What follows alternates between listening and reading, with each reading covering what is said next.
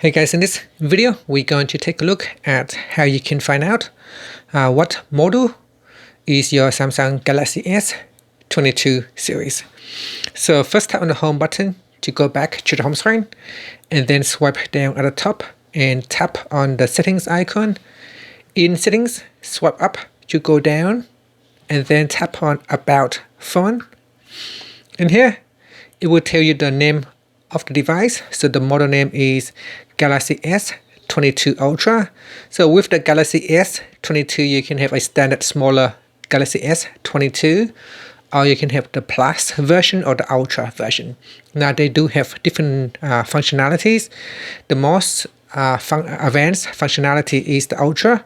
So if you are buying a second-hand device, and if someone tells you that the device that you are buying is the Ultra, you want to make sure that you check it is where it is. So you go in here and you check it out, and you can also check by the model number.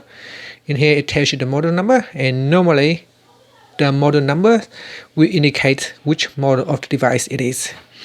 And that's it. Finally, you can tap on the home button to go back to the home screen. Thank you for watching this video. Please subscribe to my channel for more videos.